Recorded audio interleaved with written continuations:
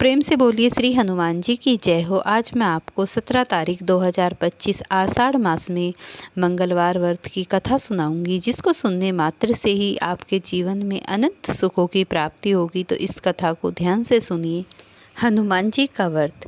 कोई भयानक बीमारी हो, घर में कितनी भी बड़ी गृह क्लेश क्यों ना हो, उन सभी को मिटाने के लिए हनुमान बाबा जी का व्रत किया जाता है। इसको करने मात्र से आपके घर में कितनी भी बड़ी बीमारी क्यों ना हो, वो भी समाप्त हो जाती है। और आपके घर में कुछ भी बहुत दिनों से दिक्कत चली आ रही हो, कोई रुका हुआ कार्य पूरा नहीं होता, तो हनुमान बाबा की कृपा से वो तुरंत पूरा हो जाता है। अगर तुम मंदिर जाकर हनुमान बाबा का व्रत रखते हैं और कुछ भी अपनी मनोकामना इच्छा रखते हैं और जाके बाबा के कान में अपने दुखों का निवारण करने के लिए बोल देते हैं, तो हनुमान बाबा अवश्य ही आपकी पुकार सुनते हैं और आपकी बाधा हर लेते हैं। अगर आप मंगलवार का व्रत करते हैं और हनुमान जी की पूजा करते हैं, तो आपको एक बात का ध्यान रखना चाहिए। आप जब भी मंगलवार की व्रत करें तो सीधे हनुमान जी के सामने नहीं बैठना चाहिए, थोड़ा हटकर बैठना चाहिए, क्योंकि हनुमान बाबा अपने सामने श्री राम भगवान को चाहते हैं। अगर आप सोचते हैं हनुमान बाबा की प्रतिमा के सामने बैठ जाएं, तो ऐसा करने से हनुमान बाबा प्रसन्न नहीं होते हैं। आप जब भी पूजा करें तो इसमें श्री राम की पूजा अवश्य करें। अगर आपको ये वीडियो पसंद आती है तो इन्हें लाइक और शेयर करें। चैनल पर नए हैं तो चैनल को ज़रूर सब्सक्राइब करें। और अगर हनुमान बाबा की कृपा चाहते हैं तो वीडियो को लास्ट तक ज़रूर करें और मुझे हनुमान बाबा के निमित्त एक प्यारा सा कमेंट भी करें। एक समय की बात है, नैमिषारण्य तीर्थ पर 80,000 ऋषि इकट्ठा हुए और श्री सूत जी से कहने लगे कि आपने हमें हजारों कथाएं सुनाई हैं, अब आप हमें शिव शंकर के अवतार प्रभु श्री हनुमान बाबा की कथा सुनाइए, जिसको सुनने से मनुष्य आग, भय, चिंता, श्राप, बहुत से भयानक काल दोषों से बच जाता है। उसे मैं ध्यानपूर्वक सुनने की इच्छा रखता हूँ। अब इस कलयुग में मनुष्य किस प्रकार सुखी रहेंगे, और अगर मनुष्य सुखी नहीं रहेंगे तो वे प्रभु श्री हरि में कैसे अपना ध्यान लगाएंगे। तब श्री सूत जी कह बोले कि हे ऋषियों, तुमने मनुष्यों का कल्याण करने के लिए बहुत ही अच्छी बात पूछी है। एक समय की बात है, जब श्री कृष्ण भगवान से युधिष्ठिर ने मनुष्यों के कल्याण के लिए यही प्रश्न किया था।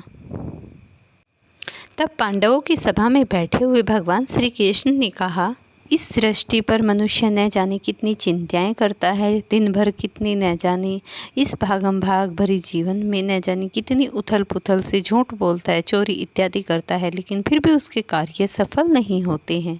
अब मैं आपको एक आगे की कथा सुनाती हूँ। कुंडलपुर नामक ग्राम में एक गरीब ब्राह्मण रहता था।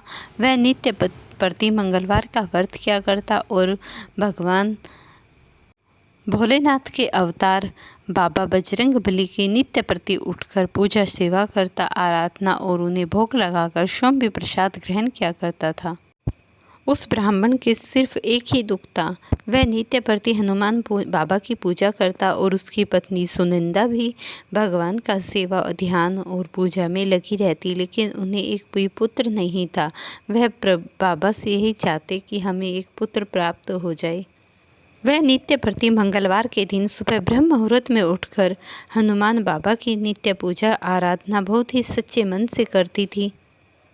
उसकी नित्य प्रति की पूजा को देखकर हनुमान बाबा भी उससे अति प्रसन्न होते थे और वह फिर शाम के समय चूरमा बनाकर पहले प्रभु का भोग लगाती और फिर उस चूरमे को खाकर अपना प्रसाद ग्रहण करके व्रत का पारण किया करती थी। एक दिन की बात है, सुनंदा ने खुद भोजन खा लिया, लेकिन हनुमान बाबा का भोग नहीं लगाया। तो उसने उसी दिन ये भी प्रण कर लिया कि जब मेरे बाबा का भोग नहीं लगा तो मैं आज व्रत नहीं रखूंगी। उसने व्रत रखे और अगले दिन से ही उसने हर रोज अगले मंगलवार तक का वेट किया और नित्य प्रति बाबा की पूजा सेवा सुमरन में लगी रहती थी। जब सुनंदा को 6 दिन व्रत रखते रखते हो गए, 7वें दिन सुनंदा बेहोश होकर पृथ्वी पर गिर गई। तब हनुमान बाबा ने उसे आकर कहा कि हे ब्राह्मणी, जो कुछ तेरी इच्छा हो सो मांग ले। सुनंदा भगवान बजरंग बाबा को अपने सामने देखकर बहुत प्रसन्न हुई और बाबा से बोली कि हे बाबा, आप मुझे कोई पुत्र प्राप्त करा दीजिए ताकि मेरे वंश का नाम हो और मुझे मुक्ति मिले। मुझे सिर्फ भगवान के ध्यान में मुझे पुत्र चाहिए। इस रट को लगाती हुई वह भगवान के श्री चरणों में लीन रही। तब हनुमान बाबा ने उसे तथास्तु ऐसा वचन कह दिया और फिर सुनंदा बहुत ही प्रसन्न हुई और प्रभु की सेवा सुमरन में लगी रही। अगर आपको ये वीडियो पसंद आई हो तो आप मुझे कमेंट में श्री हनुमान बाबा की निमित्त कुछ भी लिखकर ज़रूर बताना आपको कैसी वीडियो लगी।